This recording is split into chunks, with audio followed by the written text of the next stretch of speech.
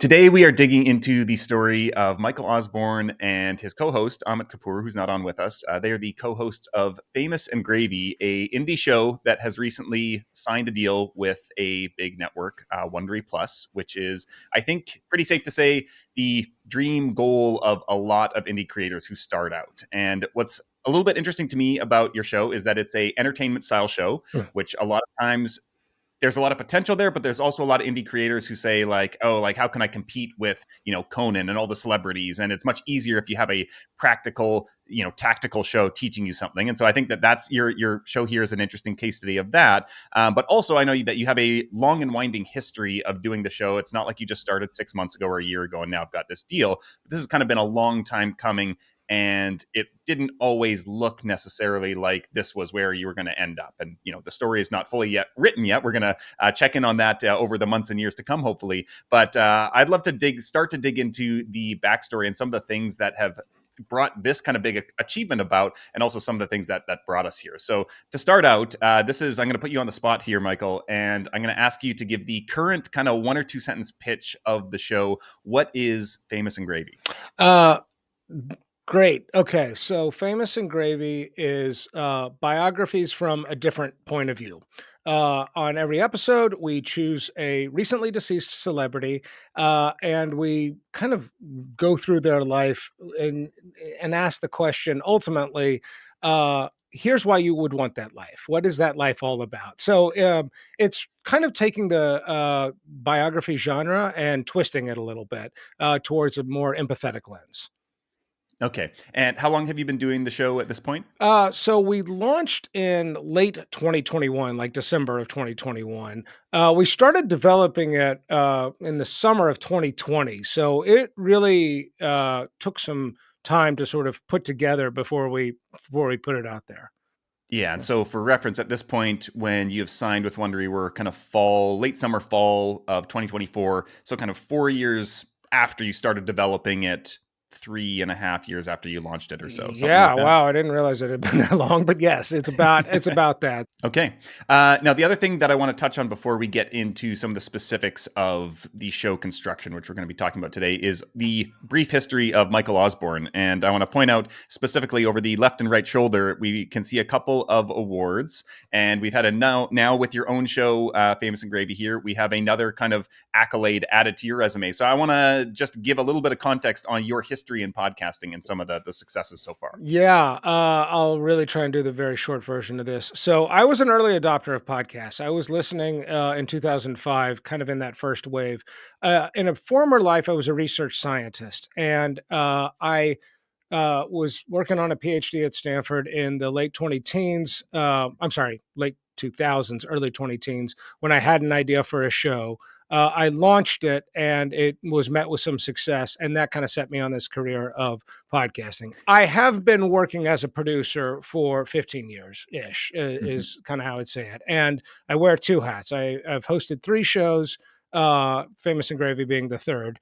And then all of them have a record of attracting a major media distributor, which is a kind of nice feather in my cap.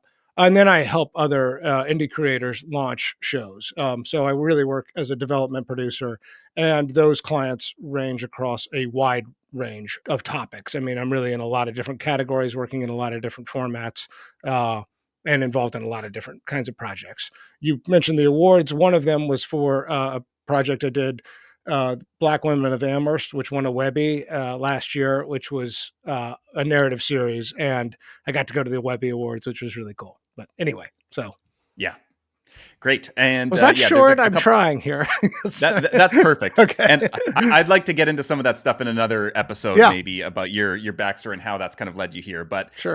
in this episode, we are looking specifically at the idea of show construction, and even more specifically, looking at episode kind of segmentation. I know you refer to these as categories within your show. I usually refer to these as segments or kind of the blocks of your episode.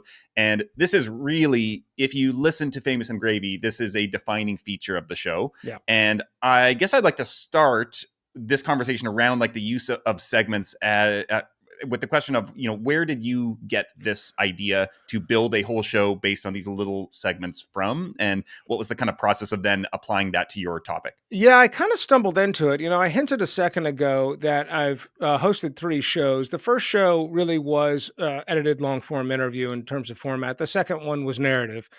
This is the first time I've ever done a chat show, meaning it or buddy show. I don't even know what the right terminology for this kind of show is, other than it does not rely on interview tape. Um, Mm-hmm.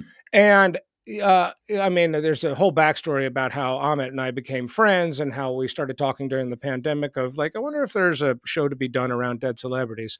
It was actually another friend who suggested the show Rewatchables. He's like, I really think you ought to listen to this and think about how they use categories, is what they call them, segments. And I've always liked segments on any show I listen to. It always felt like a little, salt and sugar Yeah. on the meat of a good podcast. But Amit, really, to his credit, had a real light bulb moment where I'm like, what if we just organize the show around segments and categories? I mean, I think we'll get into this more, Jeremy, but what I found really sort of liberating about it is that they tell you what to do and where to go inside a show. There's Mm-hmm. this nice packaging and constraint around a well-defined segment that actually eases the burden. So you're like, we're going to talk about this for some amount of time, and then we'll move on to the next thing. So, I mean, it was, to be clear, to answer your question, inspired from other podcasts, and really like paying attention to shows that are organized around segments. Mm-hmm. But as soon as we kind of stumbled into that format, I became enamored with it, and now I like love the idea of shows organized around segments. It's such a different way of approaching podcasting that other people are doing, but I feel like there's more room for innovation within this format. Yeah, and I think that your show is a really good example because it's so explicit, the segments. And I think there's also a lot of room for more subtle use of segments where you as the creator know the segments within the show, even though the audience might not. It might be not be signaled and signposted Yeah. with sound effects or anything like that, or saying, "Oh, hey, now we're done this segment, moving on to the next one." So we can talk more about that. But Can I yeah. say one more thing on the subject of Hmm. inspiration? One genre where you do see this format deployed a lot is sports, right? Sports Yeah. are often organized around, who's the best quarterback in the NFL, who's the best coach, or whatever. That there is a kind of, it's sports, and it's also to some extent shows that are really gamified in some way, that are Hmm. organized around, some sort of quiz aspect. So I think we were kind of, without consciously doing it, pulling from those, traditions and those ideas. Yeah. Yeah, the other one that comes to mind for me a lot in terms of segments is not actually podcasting, but from like late night TV is Yeah. classic segments. You've got like the opening monologue, and then you've got the guest interview, and then you've got the musical guest, and then, whatever else. And you've got your segments that every episode follows that format. And, people love late night shows, and they're actually very similar to podcasting from a content perspective. Maybe you're Yes. not having a musical guest, but Yeah. like you think there's an interview and there's maybe a solo section. It's like all these are things that we're playing with as well in audio.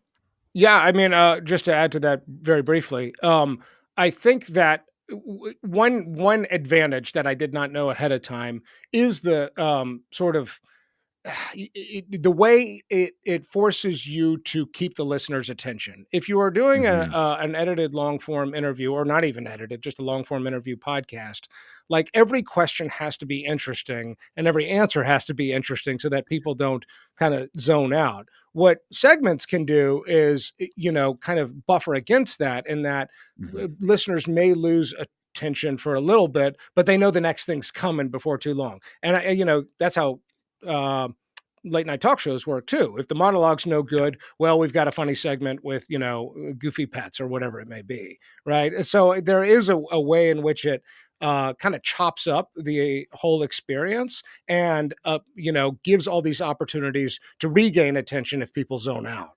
Yeah, and I always think about like there's these different tiers. It's like with a totally unconstrained show, you are starting from a blank page every single time that like you have an idea that might be a good idea, but you need to really put a lot of work into structuring that really well to make it interesting and help it achieve its potential each time out. And so you're kind of starting from, ground level. Whereas if you have a interesting show premise as a whole, that already elevates you quite a bit. And then if you have a bunch of interesting segments within that, now you're like starting at 75% already, and it's just like, hey, we've got a interesting premise, we've got interesting segments, and so now any idea we put into those is going to be better than most other shows starting from scratch, which Right. is fantastic. I think that there is a fine line between being having a formula and being formulaic, and Hmm. I don't know which one we are because they kind of sound like the same thing. But I mean, one thing we found over time is that every episode, feels different, even though there is a kind of formula being applied. And I think one fear that people might have around segments is that it's going to eventually gravitate towards predictability and therefore be boring. That has not been our experience. I think every episode has surprise and hopefully keeps your attention.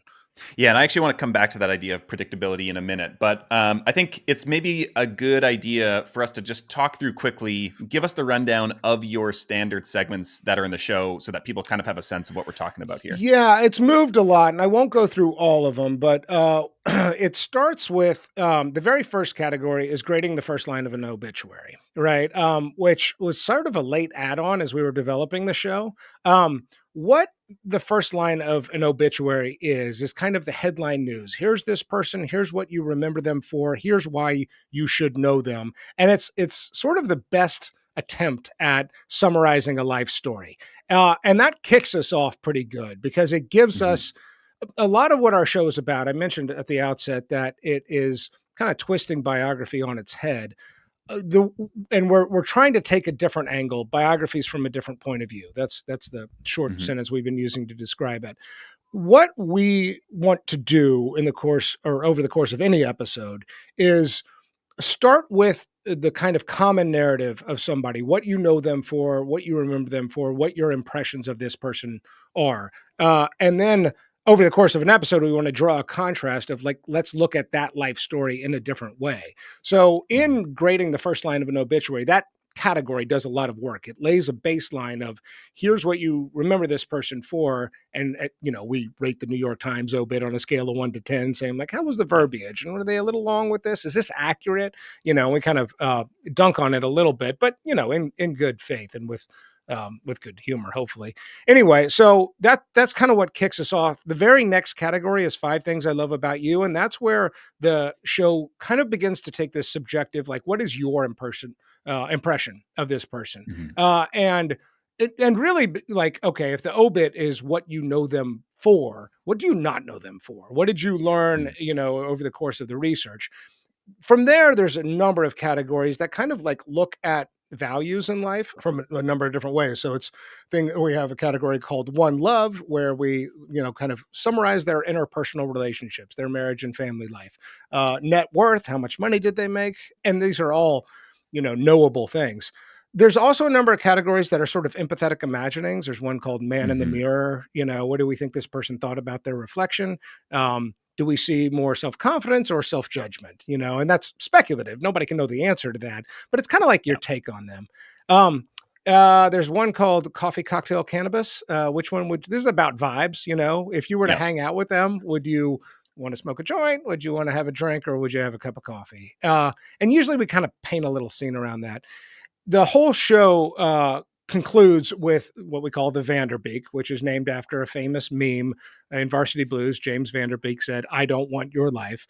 And this has evolved a little bit, but the way we approach that category now is essentially a rebuttal to that statement. I don't want your life. What we do at the end of the show, having gone through all these categories and looked at this biography in a different way, we present an argument for here's why you would want that life. Hmm. Here's what it might have felt like. Here's why it was validating. Here's why it was important. Whatever it may be, and then from there, the show's done.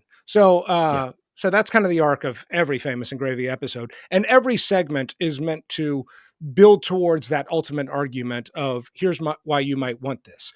The net worth may be high or low, but it speaks to that question. The interpersonal relationships, like there's in any life, there's going to be arguments for or against. So each of these is meant to kind of prompt that question of, what made the whole thing worthwhile.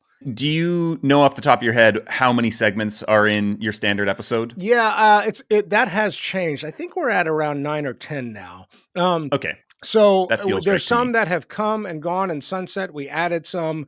Maybe we'll talk about this later. We had a production pause not too long ago where we really took a close look of, is each segment doing the work and the mission of the show or not? And so now we've locked in. Okay, so that's actually the perfect segue into my next question here, which is around this idea of, I always think about it in the marketing theory, jobs to be done, which is where thinking about like what is the job in this case that each segment is doing to achieve the vision of the show or the purpose of the show. And so each episode, the goal is to end at this point of like, would I have wanted this life, or was this a worthwhile life that I would have wanted to live? And I think that's part of the one of the big underlying questions here is like, we all aspire to celebrity to some extent, I think, but Yeah, it's this double-edged sword where it's like you start to actually look at these things and you're like, ooh, I don't know that I would have wanted that life. And totally. you kind of talked a little bit about that idea of how each segment has a role. I'm curious how specifically you think about that and assess each segment of saying like, what is this doing? Which facet of their life is this exploring, and how can we construct it to do that intentionally? Yeah, I mean, so a few things to say here. So I didn't say this at the outset, but I do think it's an important idea to kind of bring into the conversation. One of the underlying philosophies of Famous and Gravy is that celebrities are symbols. They are, they're actual real people. But part of the way they exist in our mind and in pop culture is they represent things. They represent beauty. They represent humor. They represent intelligence. They represent human qualities that we aspire to. And it's sort of an exaggerated version of that. And we tend to look at it from that, that lens of there they are in the shiny pedestal, and here we are, the common human among the masses. And so part of, what we're trying to do with this sort of empathetic imagining is like, yeah, but what did it feel like to be them? Mm-hmm. That let's humanize them in some way, shape, or form. Um, and there is no, parsing through all the qualities of what it means to be human. Um, we do care about interpersonal relationships. We do want validation from our peers. We do all want economic security and well-being. We want legacy. We want our lives to mean something. So I mean, it is that kind of deeper philosophy stuff that goes into each segment. And when we had our production part, I mean, what's happened honestly is we kind of came up with some of these categories very early on. It made for a Mm-hmm. fun experience. A lot of them were working. The journey of Famous and Gravy over the 3.5 years has been like really chipping away to get marginal benefit from everything. Doing the Mm-hmm. production pause allowed us to really like, what is this show really all about? What are the questions we really want to ask? And so they I do think of them as different facets, as different Mm-hmm. viewpoints into a life story that have some focus. If you're talking about money, if you're talking about interpersonal relationships, if you're talking about accomplishments, or if you're even talking about like quirks, it'll come up on the show that somebody engaged in hypnotherapy or did some sort of deep analysis or had some sort of spiritual awakening. I mean, there are Mm-hmm. categories that have flexibility to introduce that information of where meaning was ultimately derived. I mean, the thing is, too, we have this underlying philosophy, and for us as creators, there is the kind of, you know, personal exploration on the show. That's Mm-hmm. not how audiences hear it. Like when we Yeah. talk to people, people are like, it's mostly funny and interesting and stuff I didn't know. Like it is entertainment on the audience Yeah. side of things. And the way I'm describing it now probably doesn't sound like that. Mm-hmm. Underneath it is a kind of, let's deconstruct this life, and Yeah. try and see what kind of meaning we can find. Yeah, that's actually something that we don't need to go into the rabbit hole now, but the short version, I've been becoming obsessed. Yeah, I've already mentioned to you before we started recording here three things at least that I've become obsessed with. So there's a long list of obsessions here. Yeah. But in screenwriting, there's this idea of the A plot and the B plot, and a Mm. lot of times the A plot is like what happens on the surface. And so there's an example I've heard before of like Jurassic Park is the A plot is like dinosaurs are trying to eat the people stuck on the island. It's like that's the spectacle that you're there to see that drives the narrative, the plot along. Yeah. But there's also the B plot, which is this underlying plot that is essentially about this couple's like, do we want to have children and bring children into this world? And there's this Yeah. kind of subtle emotional undertone that every movie, every good movie will have this. And like that's the thing that you don't even realize it, but you're connecting emotionally to something that is not quite the spectacle on the surface. And so a lot of like action movies that suck, they've got explosions and they've got, this car chases and all this stuff, but you don't connect to it because it's lacking a strong, compelling B plot that you might not even be aware of what it is when it's there, but it is the thing that pulls you through at a slower pace beneath the surface. And so I suspect the same thing's going on here, where audiences, they're listening to your show and like it's fun and it's funny, but there's something that is also making them self-reflect on a subconscious level that Mm. keeps them engaged and keeps them coming back and builds more of a emotional maybe connection to you and Ahmed as the co-hosts, would Uh, be my analysis. I love that. I had not. I feel like I've heard that idea, but I hadn't had explained to me before, and I hadn't had explained in the famous and gravy way, and it totally resonates. So that's, and now I'm actually leading my own segue into the next question I had, which you kind of had mentioned something before, but it's this idea of, I don't want to call it plot, but tension and progression and almost like narrative or emotional kind of arc to an episode. And one of the things that I feel about segments is that it allows you to program this in, where you can start at a certain place that can be broad and you can go deeper because it's built into your actual structure, and you can kind of use your segments to program in some, emotional kind of hits or some revelations or things like that. And so I know that you have this kind of anchor at the end, that all the tension is kind of building towards this, make the case for this life, or would I want this life or not? And so Right. that's this thing that we all know it's coming towards. And you actually signpost that at the beginning. You say, at the end, we're going to answer this question. And so Yeah. that creates this kind of bucket. And then I'm curious about sequencing within that. If you've played with the order of things to feel like, how do we best progress people through this toward that ultimate question? Yeah, that's great. So this is actually what I was wanting to speak to a second ago. One, this is very subtle and in the weeds, and I'm not sure anybody will care. I keep referencing this production pause. Our show used to be organized around the question, would you want that life? Yes or no? It was a Mm-hmm. binary. We have now made a decision that it is no longer a binary, it is a rebuttal. Here's the case for why you would want this life. Mm. And I had thought that might remove some of the narrative tension of the experience of the show. And that's not the case. I've really come to believe that one thing I enjoy in a good podcast is being walked through an argument. I like hearing Yeah. somebody's inner dialogue. I like hearing logic laid out, and I like being sort of taken through that piecemeal. So I think it is important that we are presenting an argument, right? Mm-hmm. And a novel argument, and you can disagree with it, but to put your thinking on display invites a vicarious relationship from Yeah. the audience. To your question, I spoke to it a little bit earlier. One of the things I think we're trying to do is draw a contrast between, society's objective interpretation of a life story and our subjective understanding of a life story. So the categories are in order for a reason. And when we start with the obit, which is the semi-objective, as objective as we can get, summary of a life story, and then go to five things I love about you, immediately we're trying to pull apart that contrast. And almost Mm-hmm. inevitably, and what we found over time is that we keep making references back to those two categories as an episode goes on. So when we get to net worth and man in the mirror and coffee cocktail, it'll be like, this is sort of like an obit thing or sort of like a five things thing. Mm-hmm. And hopefully that argument sort of lays out. I would also say that the early categories are pretty stacked in favor of kind of easily knowable information that everybody kind of wants to know something about. How many Yeah. marriages were there? How many kids were there? What do we know about the family life without getting too personal for it? Like that data is out there and it's pretty easy to find.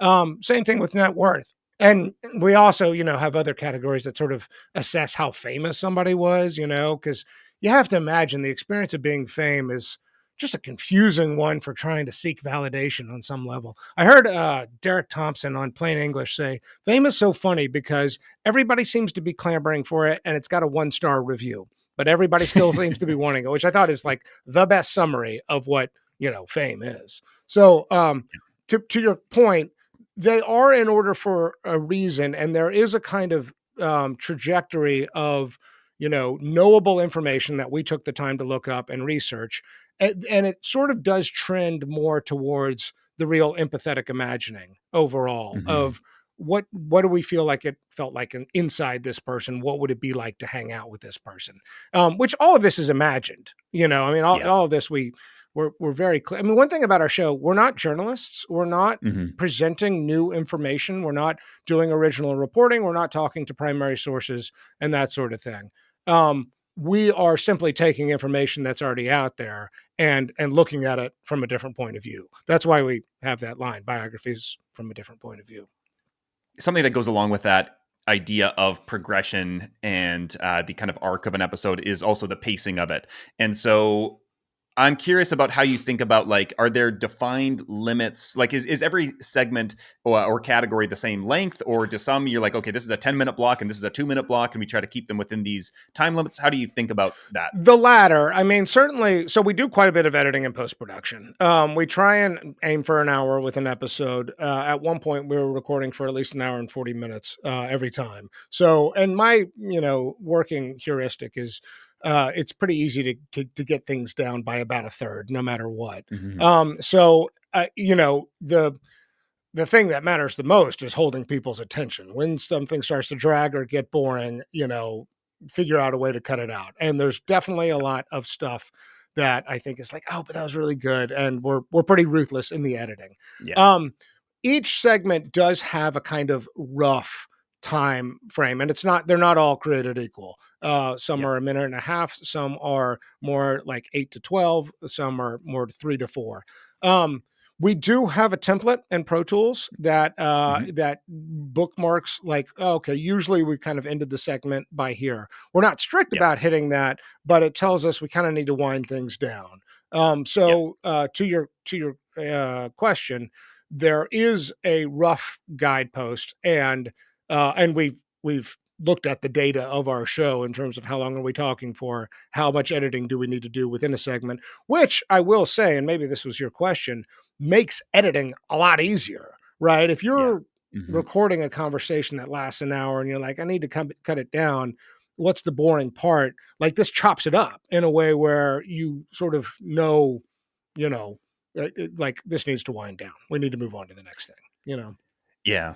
My experience personally has been that it actually helps at every stage. And so if you know that this segment is 5 minutes long, even before you start recording in the outline stage, and you have 2 pages of notes, and you're like, whew, this is just my material. And my co-hosts, they're going to come back. They've got their material. This is not 5 minutes here. This is a 45-minute thing. Like, we're not fitting this all in. Yeah. And so it kind of forces you to curate at that stage. Okay, what are the most important things I want to bring up here? And then as you're talking during the recording, now you've got that timer. You're like, okay, we move into this segment. We know this has to be 5 minutes. So maybe we can record for 8 or 9, but we're still gonna have to cut half of it. And so it's kind of, the clock is ticking. There's these constraints at every level that just has this cumulative kind of tightening and refining. Yeah, it's interesting, Jeremy. I mean, what's funny is that, in doing a show like this that's built around segments, it's interesting where it's sort of shifted the work.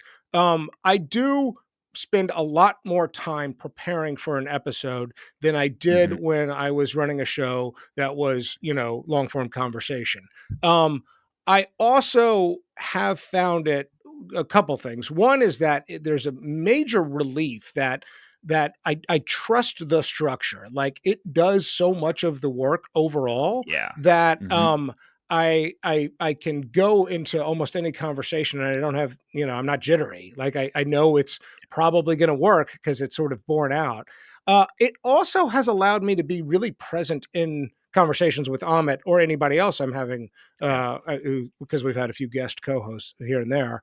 It allows me to, like, if they're saying good stuff, then and it's better than the stuff I've prepared, then I'm okay losing it. So it's really shifted the equation in terms of workload towards pre-production and eased the burden in post-production.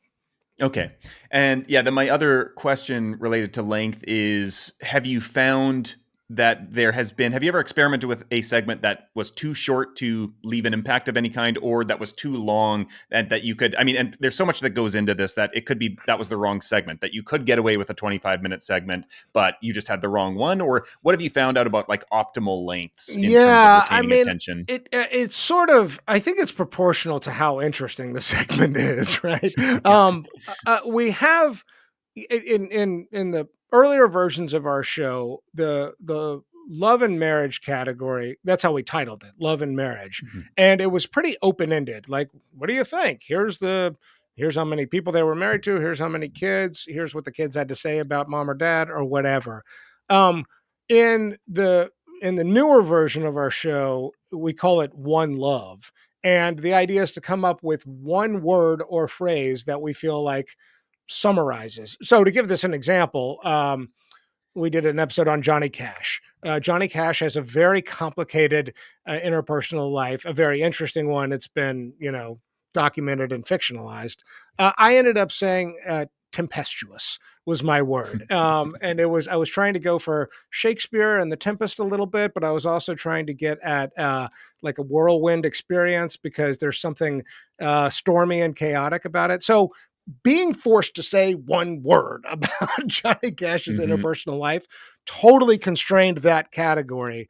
And the reason we needed to refine that category to one word is because in the past that was our most sprawling category. It would Mhm. sometimes be 25 minutes of tape, and it was like, this is boring. Where's this going? But some of these tangents are interesting, and we didn't have that direction for Yeah. what to say and how to say it. Um, Yeah. we have had a couple of very short segments that have sunsetted. I don't know that there's any clear answer. I would say it all comes down to, does this segment speak to the driving question of here's why you would want that life? And if it Yeah. doesn't do that really directly, then no matter how fun it is, no matter how interesting it may be, we got to cut it. We got to cut it. Mhm. And if it does do that, how do we do it efficiently? How do we Yeah. speak to it in a way that gets right to the point and is direct? Yeah.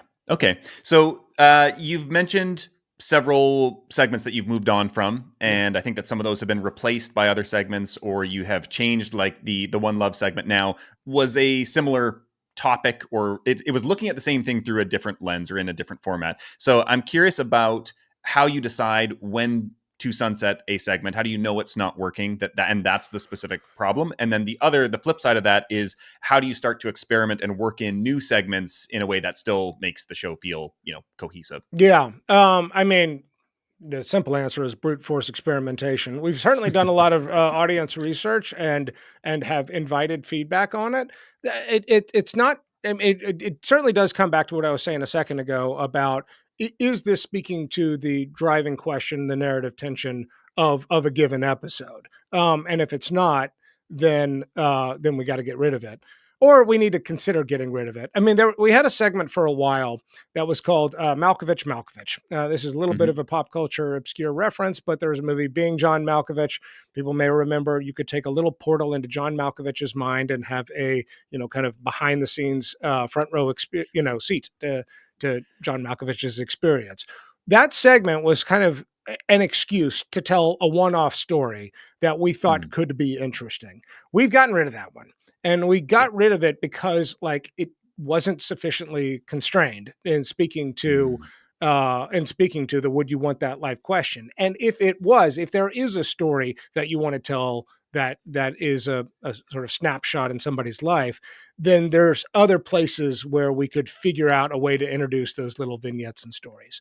I don't, it actually has required feedback and pauses. I mean, some of those pauses were production pauses. Some of them were, we'd get really far ahead of the release cycle. We'd bank a bunch of episodes and then have, some weeks or months to kind of sit back and reflect on the show. I think every show struggles with this, where it's really hard to see what's working and what's not when you're caught Hmm. up in the release cycle of it. Um, so, I'd like to say that there are moments where we've really been able to, you know, say this one's just not working for me. There's a kind of intuitive feeling of, this category feels a little off or something. A lot of it was also has also frankly been driven by runtime. I mean, Hmm. when we're talking for over an hour and a half about some dead celebrity and like, man, I just enjoyed the heck out of that. I realize people don't have that kind of time in their lives, and Hmm. that, I want this thing to be tight. So, Yeah. people have said when our shows have run long, it didn't necessarily lose attention, but they're not completing them. Right. And so that runtime question has honestly been part of it. Yeah. Because it's, it's just very easy to be self-indulgent, you know. Yeah. So we've tried to impose that discipline of like, is this furthering an argument that we're trying to make here? Um, Yeah. which just a quick note on that, the whole thing of you should want this life is meant to be life affirming, right? Mhm. That we all, again, this sort of gets to the philosophy, but like, I've been happy that it's no longer a question, do you want this life? Yes or no? Because what are you really saying when you say, no, I don't want that life? I think that can Yeah. be a kind of valuable thought experiment, but I like that we are trying to do something, you know, constructive and affirming in every Mhm. episode of like, look, you may not look at it this way, but there's an argument for why this life was important, which is kind of, a positive world view that we want to, advance. It's kind of part of the B plot in a way. So, This gets to something that I've written about a little bit before and have started talking about a lot more is this idea of ending intentionally on a specific feeling and how essentially there's this kind of psychological heuristic called the peak end rule. And so people kind of encode experiences based on the peak moment of that experience and the closing moment. And yeah. so I think about that so much now. And this is actually also well known in movies, again, going back to like, what are people walking out of the theater feeling? And they're going to think about that going forward for the rest of the evening, the rest of the weekend, whatever it is, and they're going to think about that movie in those terms. And so a lot of times in movies, it's like you don't want the ending to stretch out too long. You want to get to your point and then wrap it up pretty quickly while that emotion is still there. But you also want to be intentional about what that emotion is. And I think your new version, there was a 50% chance essentially with the old version that it ends on kind of a downer to Yeah. some extent of like, Yeah. yeah, this wasn't really like, it's a bit of a tragedy, a sad story, Yeah. where even though many celebrities have that tragic life story, you're still making the case on the upswing of saying like, hey, there was a lot here that would have been worth living and worth experiencing, even if there was some stuff that wasn't as well. 100%. And frankly, it aligns with Amit and I's worldview too. I mean, I think that Hmm. that we are, you know, ultimately pretty humanistic in our orientation, Hmm. and so when we both land on no, it's I don't know, kind of leaves a sour Yeah. taste in your mouth, right? So we haven't really talked about this. We've talked about specific segments here. We haven't talked about how you move through them necessarily. And so something you do really well, something that may or may not be necessary or helpful in every show with segments, but is this idea of delineation and signposting as you're moving through them. And so if you listen to your show, you've got audible indicators that okay, we're onto a new segment, and you also in most of them you give the description of like, okay, now it's time for the Malkovich segment where we Yeah, do this. yeah. And so I'd love for you to talk a little bit about the importance of that, how you arrived at that, if it was always that way, and kind of like what your experience has been. Yeah, I mean, certainly some of this is stuff I've learned from you. I do think that we have to, I'm of the belief that you have to treat every episode as if it's somebody's first time listening, and that sort Mhm. of guiding through, what's going to happen and why we're doing this. People may grow tired of it, but it doesn't take that long to explain. Like, here's where we're doing this segment, and this is why we're doing it. Um, I think it gets back a little bit to the kind of gamification of some of this. I mean, where we can, I talked earlier about constraining the one love, segment to like come up with one word or phrase that summarizes the whole Mhm. thing. Where we can datafy things, we do. Where we can gamify things, we do. When we grade the obit, it's on a scale of 1 to 10. When we say man in the mirror, did they like the reflection? It's a yes or a no. So I do think that those Yeah. binaries, um, lend themselves to a certain kind of efficiency. I think the I think that it's a fine line between excessive hand holding of like, here's what we're going to do next and here's why we're doing it, and signposting. And I think I hope we're walking that fine line. I don't hear people saying they grow tired of the script even though it is the Mhm. same script every Yeah. time. um so I also think it speaks to an earlier point that knowing we're going to do this thing in this one segment, tells people this isn't going to last forever. We're not just going to wander Mhm. off the path necessarily. And if we do, we'll cut ourselves off and be on to the next thing. And so, I mean, a lot of the order and the segments themselves really are designed to make sure we don't lose people's focus so that we bring Mhm. people, back in, because everybody kind of zones out, especially if Yeah. a podcast is an hour long. So I hope people are locked in, but it's just very easy to have your mind wander. So the segments absolutely, help account for that reality. Yeah. The other thing that, when we were brainstorming what to cover in this conversation, you brought up that is something I've been thinking about a lot as well, is this idea of creating shows that are easy to build a habit around. Mm, And I think that the signposting, the labeling of these segments helps people kind of localize themselves where they are in the episode, and they know what to expect each time out. And so they know we're going to go through the same segments. They know what those segments are. They know they could tell a friend about them too. They can say, oh, they have this great segment where they do this. And yeah. so I think there's both that it allows you to know every time out what you're going to get. And so that makes it easy to feel like, okay, I'm feeling like I'm in the mood for this type of show. And I know that Famous and Gravy delivers that every single time. And I know what to expect. And now it's just a question of, am I interested in this person's life right now? And if not, maybe I'm going to find something in the back catalog.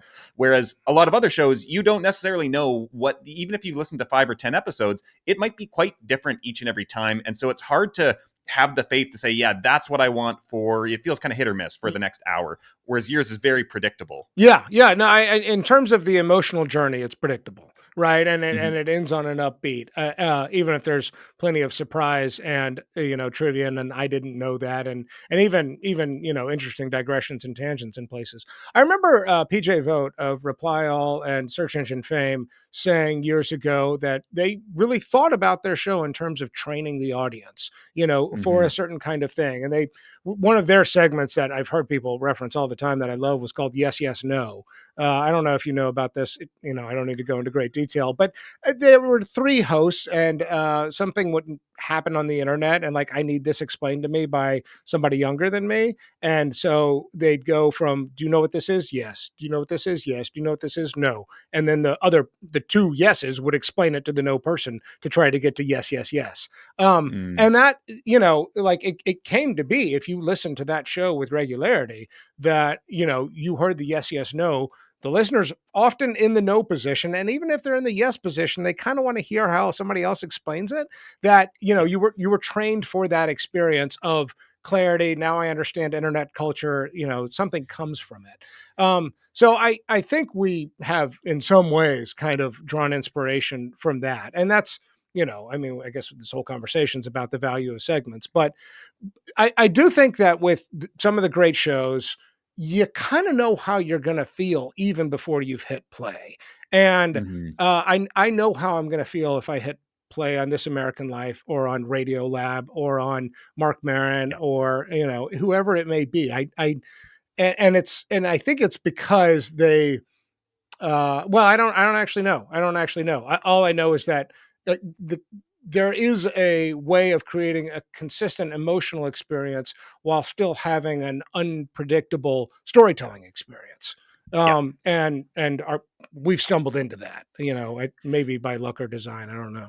Yeah, and I think, going back to this idea that riding the line between whatever formulaic is and having a structure and a formula, there's this great video that's on YouTube of Kurt Vonnegut Yes, teaching the story structure. yes, And he's I like, love there's this. like, whatever, there's like seven or five or whatever. And he's like, you can do any one of these. And he draws them on the chalkboard. Yeah, And people it's love it's that just story. wonderful. It's so good. Yeah, Yeah, yeah. and it just goes to show that, like, yeah, really every story that we love feels original to us, but is actually this very pulling from a very limited palette of emotional arcs and Yes. and graphs. And And we've so, we've yeah. actually talked about the Vonnegut line in Famous and Gravy and where we start and where are we, because I understand, I mean, the chart is pretty simple. It's beginning and end of a story, and then, are things going good or are things going bad, right? And Mhm. if you're below the Vonnegut line, you're kind of in the negative territory. If you're above the Vonnegut line, you're in the positive territory.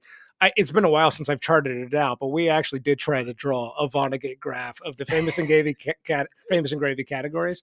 I wonder how to chart out now, but I mean, that's exactly it. There is a kind of, and it's nuanced too. It's that formula versus formulaic thing, right? Where you need surprise and new information to keep it exciting, and you need, Mhm. tangents have been like, oh wow, I didn't realize we were going off on that road. But you also still kind of want to know how, like, what you're going to get if you're going to dedicate an hour during exercise. Like, is it going to get emotionally heavy, or is it going to be light and funny the whole time, right? And so Yep. we have tried to narrow the envelope of the emotional experience through segmentation. Yeah. Yeah.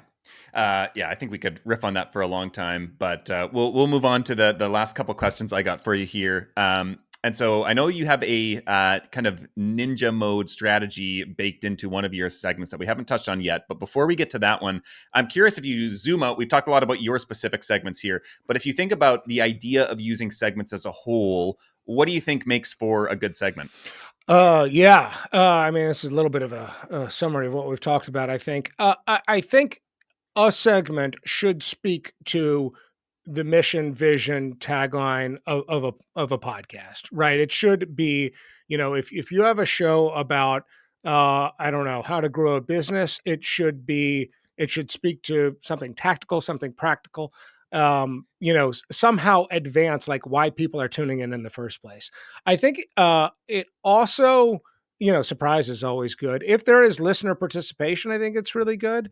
I also think gamification is fun. Gamification has, one of the reasons, especially for audio first shows. I think this is probably true on YouTube too, and on video. There's always a vicarious element. Like, you feel like you're participating in a conversation. So when you have something that's been, a quiz, and you kind of got to guess at what it Hmm. may be, listeners or viewers are playing along. So I think something that somehow gamifies can be really good. I also think the last thing I'd say on this is, novel argument goes a long way. I Hmm. mean, I don't want to use hot take because I think that could be misinterpreted, but you know, saying having a surprising interpretation of something, and using a segment to launch you into that argument, is one of the reasons people listen to shows. They want to Yeah. hear novel ideas presented, and like, oh, I hadn't quite thought about it that way, and that, I guess, in a way, speaks to the sort of vicarious participation as well.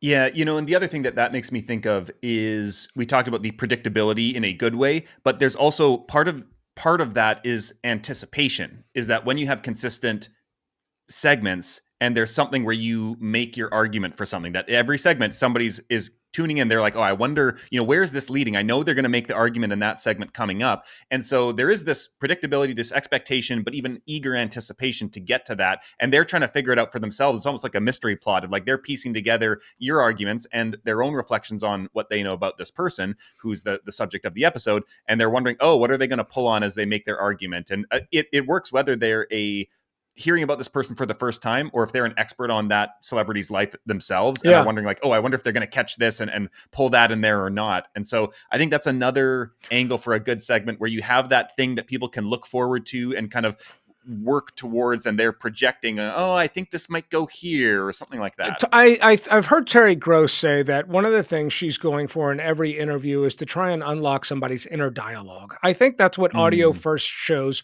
are really all about. Are you in somebody's head? So if you're listening to our show and you're kind of weighing out what is the argument that Amit or Michael are going to present at the end of it, you're getting a window into that. So that may be another way to look at that. What makes for a good segment? Does it somehow give the listener or viewer a pathway into inner dialogue where you get to, yeah. like, hear somebody think, you know Yeah.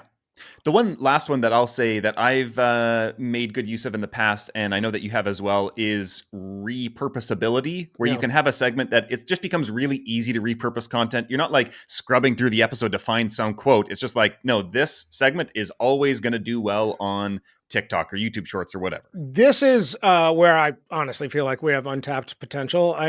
My social media presence is and always has been something of a joke. I'm just not very good at this yet, but people have said that, and we see it, and it's something we've started experimenting with more. And maybe this leads to your last question about because this is where we've started doing some social media clips. You mentioned something about ninja mode. Should I speak to this? This has been such a big Yeah. unlock for me. Yeah. So yeah, I know you mentioned this, and we've talked a little bit about some audience research and interaction and things like that. And you've had this unlock with the show about a segment that I think you were already doing, but have now kind of melded or led into audience research. And this is actually a segment we talked before about how the obit is the first segment, but it's actually not. There is a Yeah. segment before that that Where we is introduced unlocked the now. show. Yeah. So every episode begins with a quiz. Um, the history of this, the short history of this is I have a friend named Ashley, who's she just cracks me up. I don't know why. She's got a sense of humor that I love. And I used to, in the early days of Famous and Gravy, call her up and sort of torture her with this quiz. It was a little bit inspired by Heavyweight and Mm. Jackie. Every episode of Heavyweight would begin um, with Jonathan Goldstein calling Jackie and sort of like, I don't know, making snide, funny remarks. So that's the history of that segment. What I would do is I would assemble a quiz that all of the clues were inspired from the New York Times obituary for the most part. And I'd put them in an order and I'd give the quiz to Ashley where I'd say, I'll give you a clue and you got to guess who this is. And we'd go through it. And then at the end, I'd say, today's dead celebrity is this person. Eventually, Ashley got tired of me calling her up and pestering her, but we started having other friends say, "I'd like to do the opening quiz." And then, as the show began to grow, we put out a call to everybody saying, "Hey, if you want to participate in our opening quiz, send us an email and we'll organize it." So we started doing that, and we started hearing from listeners. And then somewhere along the way, I was like, "Oh, I'm actually." For the first time that I can remember, having a lot of one-on-one conversations with people who have organically found the show, people who I did not know were not part of my network or Amit's network before. So what we've started doing is using that opening quiz segment for a number of things. One is to start off the episode. We still start every episode with this opening quiz of, let me give you a little bit of information, and there's a kind of reveal, and it usually takes, Mhm. when edited, about minute and a half, 2 minutes. Um then uh so I'll record that with somebody. I've started recording it over video, and we've Mhm. started making social clips out of it, so I am repurposing that into a little bit of a, this is what Famous and Gravy looks like behind the scenes.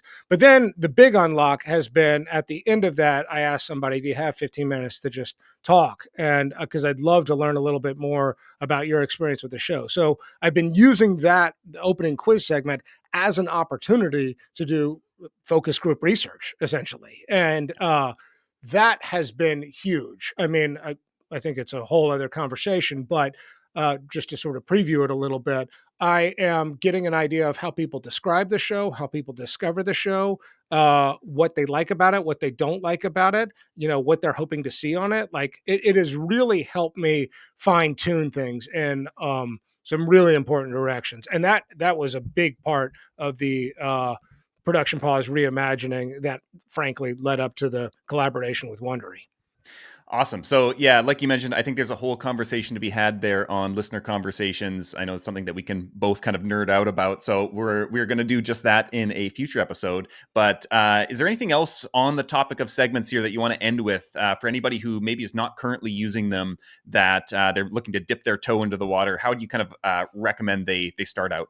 Yeah, I'm not sure I have anything to say that we haven't already talked about, other than a real deep intuition that this is an untapped area for innovation in podcasting. That the format of long form conversation. There's a lot of shows that do that. It's very, very hard to be a great interviewer. Narrative podcasts, which I love, are very difficult because there's more production value. There's more, writing for the ear is its own skill and talent.